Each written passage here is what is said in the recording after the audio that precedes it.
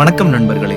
இன்றைக்கு நம்ம கேலக்ஸி தமிழ் டிவியில் தமிழ் சினிமாவின் அடையாளங்களில் ஒருவர், கலையுலகில் தனக்கென தனி பாணியை உருவாக்கி நடித்து பெரும் புகழ் பெற்ற நடிகவேள் என்று அனைவராலும் பாராட்டப்பட்ட நடிகர் திரு எம்.ஆர். ராதா அவர்களின் வாழ்க்கை, நடிப்பு மற்றும் அரசியல் ரீதியான கோணங்களும் இந்த குறும்படத்தில் பார்க்க போகிறோம்.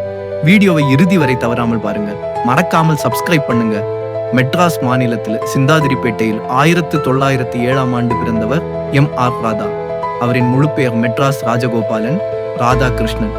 இதையே சுருக்கி எம்.ஆர். ராதா என்று வைத்துக் கொண்டார். சிறு வயதிலேயே நாடகங்களில் நடித்து ரசிகர்களின் கவனத்தை ஈர்த்தார். தன் திறமையால் நாடக மேதை என்றும் நடிகவேள் என்றும் ரசிகர்களால் அன்போடு அழைக்கப்பட்டார். அவர் மேடையில் பேசும் பாணி, நையாண்டி கலந்த உரையாடல் மக்கள் மனதில் இடம் பிடித்தது. 1940களில் திரையுலகில் காலடி வைத்த எம்.ஆர். ராதா திருஞான சம்பந்தர் படத்தின் மூலம் திரை வாழ்க்கையை தொடங்கினார்.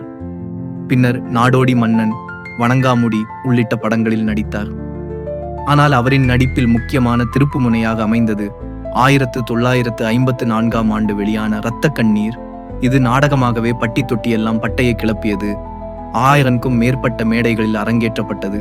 பின்பு திரைப்படமாக வெளியாகி வெள்ளி விழா கண்டது. இரத்த கண்ணீர் படத்தின் மூலம் எம்.ஆர். ராதா தமிழர்களின் நெஞ்சங்களில் நீங்கா இடம் பெற்றார். இன்று வரை அந்த கதாபாத்திரத்தை செய்ய அவருக்கு இணையான நடிகர் யாரும் இல்லை.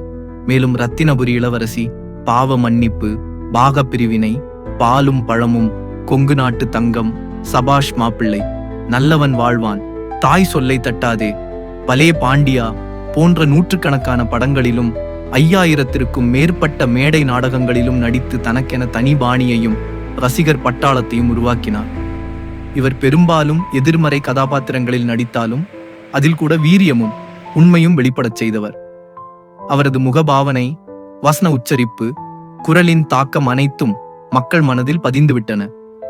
அவரின் ஒவ்வொரு வசனமும், கிண்டலும், சமூக விமர்சனமும் பரபரப்பை ஏற்படுத்தும் அளவுக்கு செல்வாக்கு கொண்டது. அவர் நாத்திக சிந்தனையாளர். மத நம்பிக்கைகள் மற்றும் மூட பழக்க வழக்கங்களையும் அவர் நையாண்டி மூலம் விமர்சனம் செய்தார்.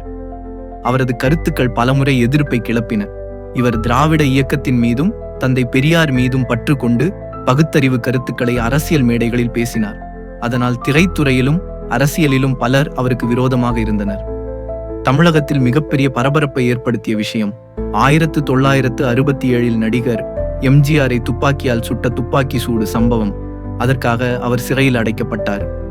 இது அவரது வாழ்க்கையின் மிகப்பெரிய திருப்புமுனையாக அமைந்தது.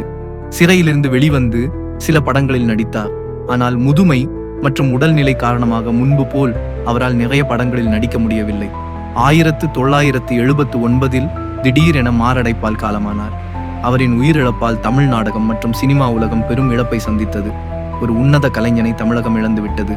எம்.ஆர். ராதா அவர்களின் வாரிசுகளாக அவரின் மகன்கள் திரு எம்.ஆர். வாசு, ராதா ரவி, ராதிகா, நிரோஷா, வாசு விக்ரம் போன்றவர்கள் திரைத்துறையில் புகழ்பெற்ற நடிகர்களாக இருக்கின்றனர். எம்.ஆர். ராதா ஒரு நடிகர் அல்ல, ஒரு புரட்சி சிந்தனையாளர். மேடை, திரை, அரசியல் என எல்லா தளங்களிலும் தாக்கத்தை ஏற்படுத்தியவர். அவர் மறைந்தாலும் தமிழ் சினிமா வரலாற்றில் அவரின் பெயர் என்றும் நிலைத்திருக்கும். வீடியோ பிடிச்சிருந்தா லைக் பண்ணுங்க. உங்கள் கருத்தை கீழே கமெண்ட்ல சொல்லுங்க. இன்னும் பல சினிமா வரலாற்று வீடியோக்களுக்கு சப்ஸ்கிரைப் பண்ணுங்க. மீண்டும் இன்னொரு வீடியோவில் பார்க்கலாம். நன்றி.